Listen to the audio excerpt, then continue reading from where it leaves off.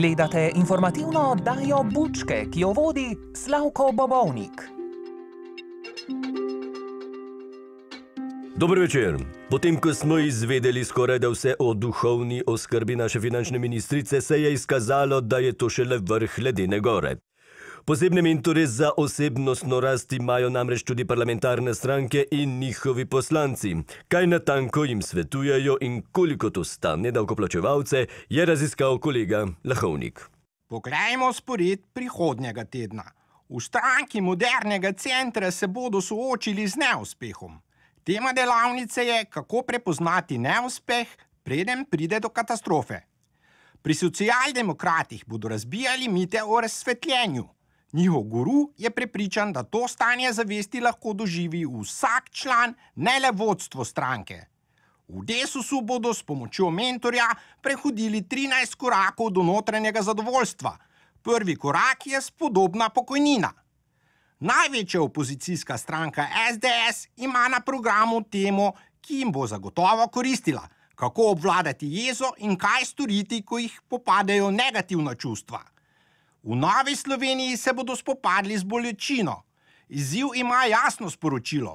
Hvala vsem, ki so me prizadeli, naučili so me premagati bolečino. In še Združena levica, njeni člani se bodo s svojim trenerjem spraševali, kako naj dajejo, če ničesar nimajo. To je to za ta teden. Uradnih podatkov o tem, kakšna je cena ene takšne delavnice, seveda nismo dobili, a po naših podatkih nobena davkoplačevalce ne stane manj kot 3000 evrov. Hvala lepa. No, zdaj je jasno, odkot jim ta strankarska samozavest in kako si bildajo samopodobo.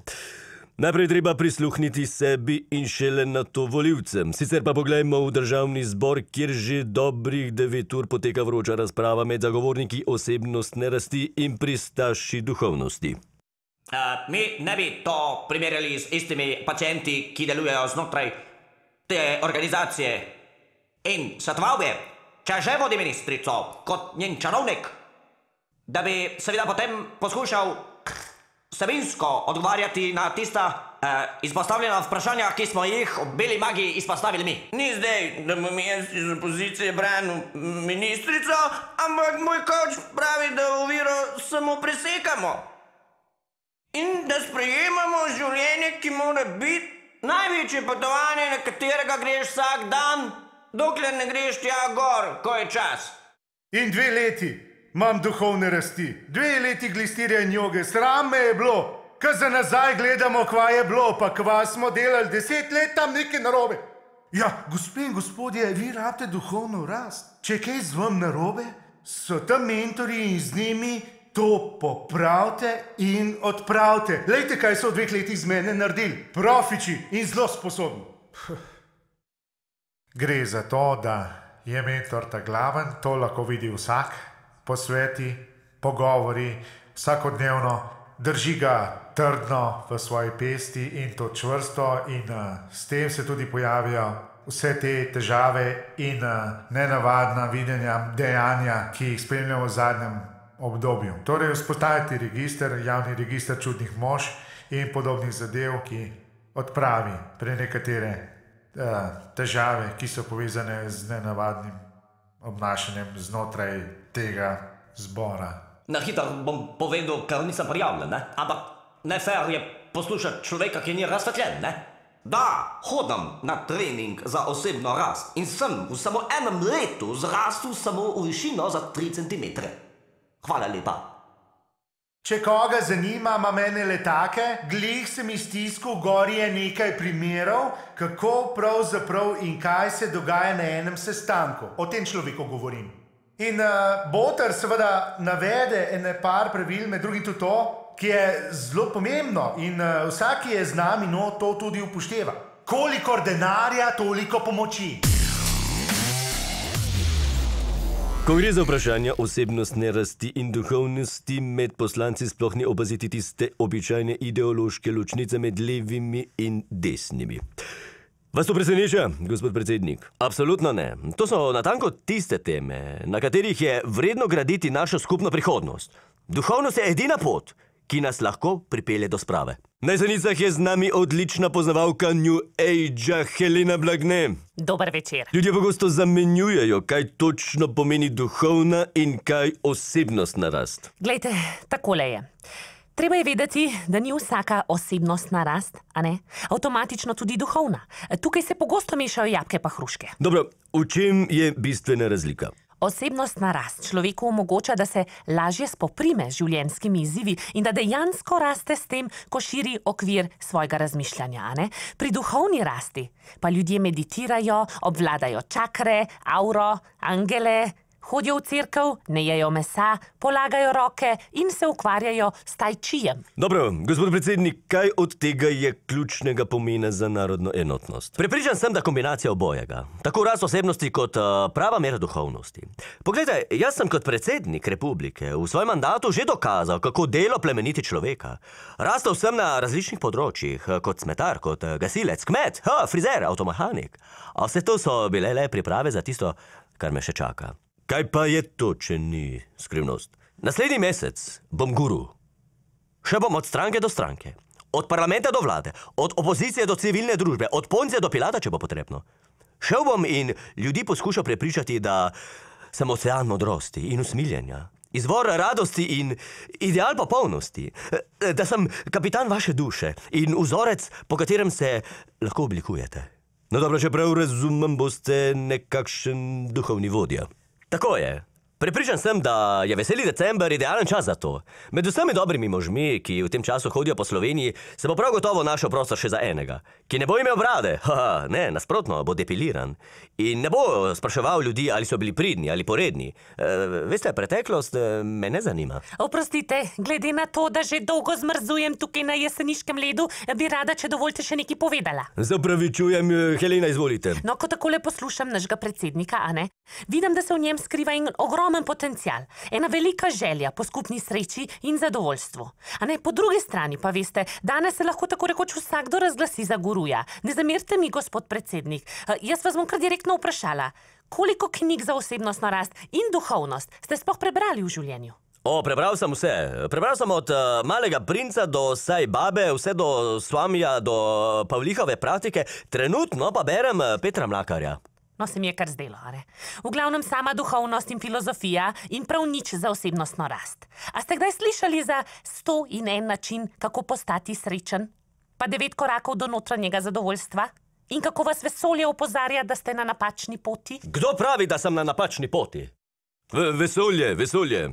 No, nisem rekla, da ste vi na napačni poti.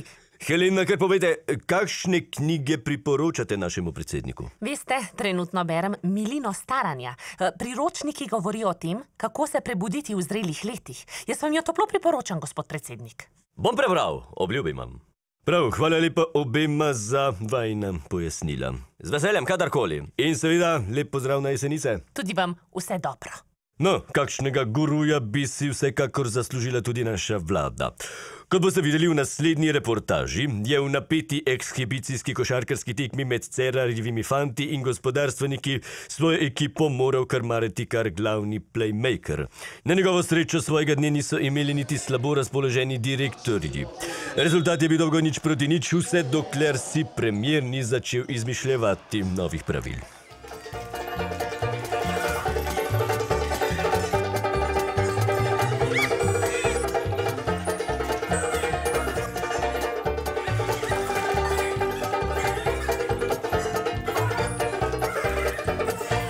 Čakaj. Zdaj pa je bilo skoraj, ne? En bo mogel kar zadeti, a ne? Drugač ne bomo vedeli, Konče, veš? kdo je zmagal. Delo 0-0, proste mete bojo dele. Vsak da vrže, unka zadane v zmaga. Proste mete bojo, ja. Ja, če ne bo do jutri kle, a veš? Smo po moje. Ja, no pa žrebemo, kdo bo prvi, a ne? Smo že. Prav, naj fali. Ej, pa se naj odločili za zmago. Ne, zgrešil je. Kakšna škoda zdaj. Še ena priložnost. Dajmo zdaj. Koš za zmago. Ne! Ti si bil do zdaj najbližji. A veš, smo se zmenili, da ti meč proste. Ne, stari, jaz vsakič falim. Prej sem vrgu, falim, zdaj vrgu. Falim. Ja. Samo, veš, še zmeraj si najboljši, kar imamo tukaj. Najboljši tukaj. Valjda. Bom jaz vrgu. Ajde, v redu, jaz vrgu. Nič se ne sikiraj ti. Tu če zgrešaš, a veš. Obljub mi. Obljubam. Zdravje. Odgovor druge ekipe, ne, tudi druga ekipa zgrešila. Prvi plasmen, še drugi plasmen. Ali to bo za zmago, spoštovane gledalke, spoštovani gledalci? Tudi ne! Čak, trener Vilfan je na WC-ji. On je najboljši, če bo kdo zadev, bo ona, veste.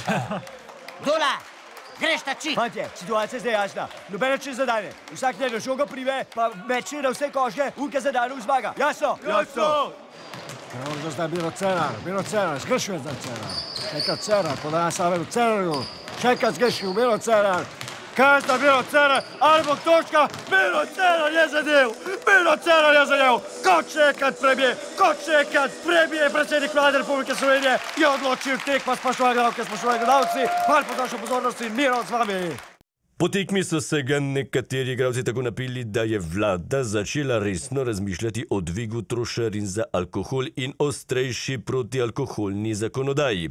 Kot vse kaže, se nam obetajo enotne etikete za vse alkoholne pijače.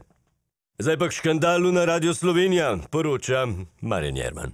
Potem, ko je Akos posebno analizo ugotovil, da je Val 202 avgusta med 8 in 16 uro predvajal za 86 sekund manj slovenske glasbe, kot je določeno v zakonu, je z novo raziskavo spet ugotovil kršitev. Tokrat naj bi Val 202 30. oktobra med 6 in 14 uro zavrtel za 4 sekunde premalo domače glasbe. Kako se je to lahko ponovilo, smo vprašali najbolj odgovornega. Jaz osebno in tudi znotraj uredništva imamo stališče, da sta oba diska, na katerih je vsa slovenska muzika zneta pobrana, preskočila pri predvajanju ravno takrat, ko je bil potres v Italiji in takrat se sekunde zgubljajo. Ker če ti vrtiš, rolaš med potresom en cel komad ali pa celo playlisto v tem primeru, ne? Vsak lahko zgubi tudi 40 sekund ali pa še več v kakšni luknji. Tako da niti približno ne veš, kakšen bo ostanek cajta, ne? Sprašujemo se, kaj bo narobe naslednjič. Ali bo vsej današnji tehnologiji res ne morejo zavrteti točnega števila sekund? Je to tako težko naštimati? Načeloma imamo, mi predodajam, za sekunde v studiu izračunano število, da vrtijo slovenske komade s točno določenim obsegom, tako da tudi ne vem, kako se je to zgodilo, kdo je to zajebil. Kako se ob teh izgubljenih sekundah počutijo poslušalci, smo vprašali nekdanjo ministrico, ki je pripravila zakon o kvotah domače glasbe. Jaz dobivam veliko mailov, veliko sporočil, tudi telefonskih, ravno v zvezi s tem, torej, da gre za zločin, kar z muziko počnejo uredniki ob tem, da nočejo gledati niti na samo uro. Kaj pa če za vsak primer, kakšen dan zavrtimo več slovenske glasbe, pa imamo potem v dobrem? To je odvisno od RTV-ja, kakšen postopek bo vzel pol. A ste lahko bolj konkretni? Ja, prosil me je folk, da bi jaz skočila in muziko rolala. Ta dejavnost mi leži, pa imam svoje MP3-je. Ali to pomeni novo revolucijo v glasbenem svetu? Bodo ministri res postali radijski DJ-ji ali bodo radijske postaje glasbenikom začele naročati skladbe po sekundah? Nekaterim se zdi to pametna ideja. Na pol legalno, na pol na črn že pišemo skladbe, pa besedila, pa ne vem kaj ne. Ker vsak pametno to dela, ne. Zdaj smo se mi rekli, tle foldarja, tamo jim pokasirali, evo, hop, imate komade, rolite, pa tako, plačite denar, ful tega denarja, ne, pač to je bistvo vsega tega biznesa. Tako, zdaj pa je na vrsti naš zadnji tango, ki ga vodi kolega Marcel Štefančič.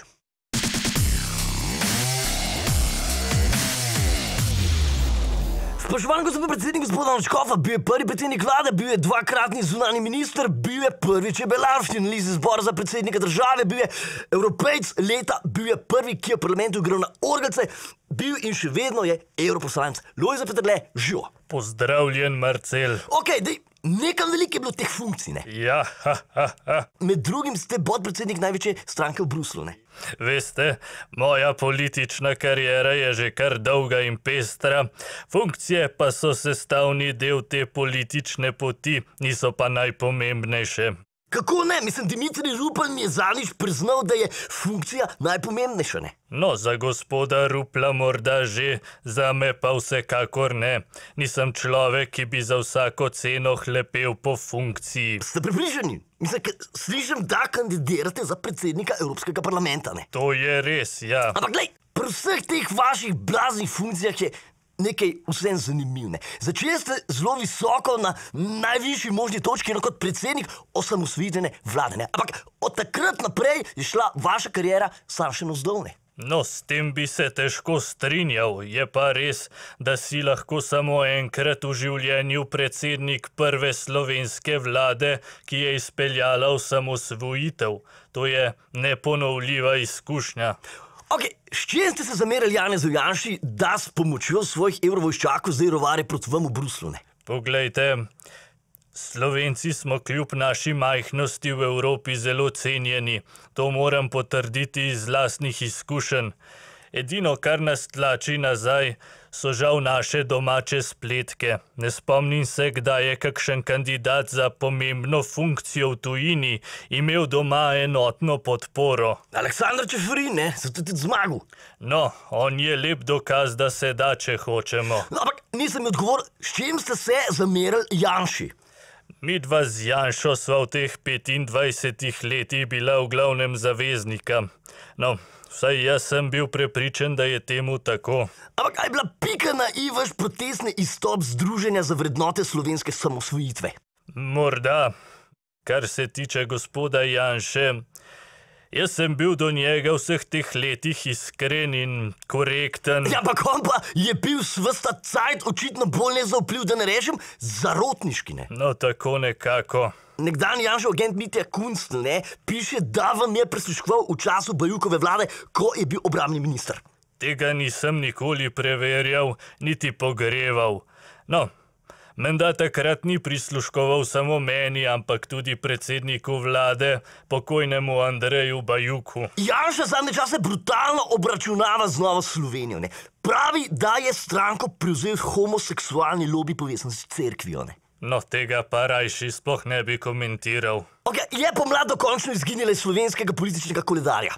Ja, pomladna stran, kot smo jo poznali, zagotovo ne obstaja več. Ok, Lojze Peterle, hvala, ker si mi moj gost, spoštovane gledalce, mi pa se vidimo naslednjo pomlad, oziroma ko bo cajt za to. Adijo.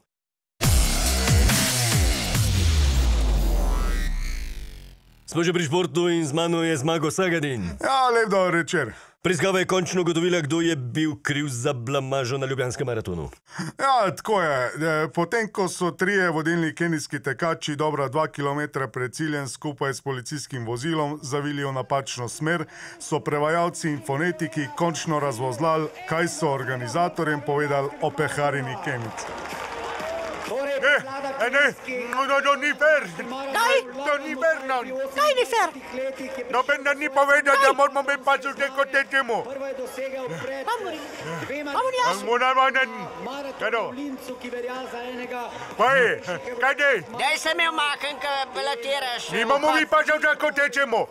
Drugače imam pasuš. Pasuš imam ja sabo, samo ne tle. Tega nimam. Ne. Pa nimam pasuša. Mam pasuša tamo, kada dobiš na kaputu. Tam je pasuš. Ne. Kada ga nimam. Mam pasuš. Pasuš mam, kada ga nimam. Ja, jaz ga imam, no. Kaj me ne poslušata? Koga je bilo? Prvi so nas v ulicu, ko smo lapali. Koga so zaparali? Koga? Njega pa mene zaprli. Z Ministrstva za notranje zadeve so poslali kratko sporočilo, v katerem se opravičujejo za incident in škodo, ki so jo naredili Ljubljanskemu maratonu.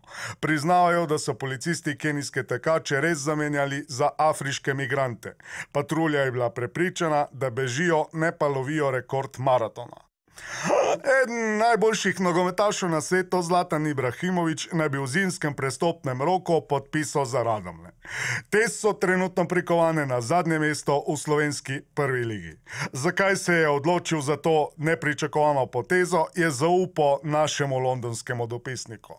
PSG, Barcelona, Milan, Manchester United so sami velikani. Zakaj nenadoma odločitev za prestop v Radomlje? Lej, povabil so me v svojo enajsterico, vem, da lahko grem, vem, da bojo vsi podajali skozi meni, vse šroge grejo.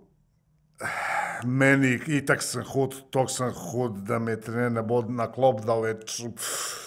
Dobili smo se vsi, cela družina, sklical sem jih, rekel sem, se moramo pogovoriti. Star sem, vedno bo poškodovan, na vrhunskem nivoju lahko igram še leto, dve. V Radomljah lahko igram do konca, če hočem, lahko umrem na igrišču. In to in meni pomen velik. Spoštovani gledalke in gledalci, to je bilo vse za letos. Še naprej nas spremljajte na družabnih omrežjih, gledajte nas na YouTubu ali na RTV 4D.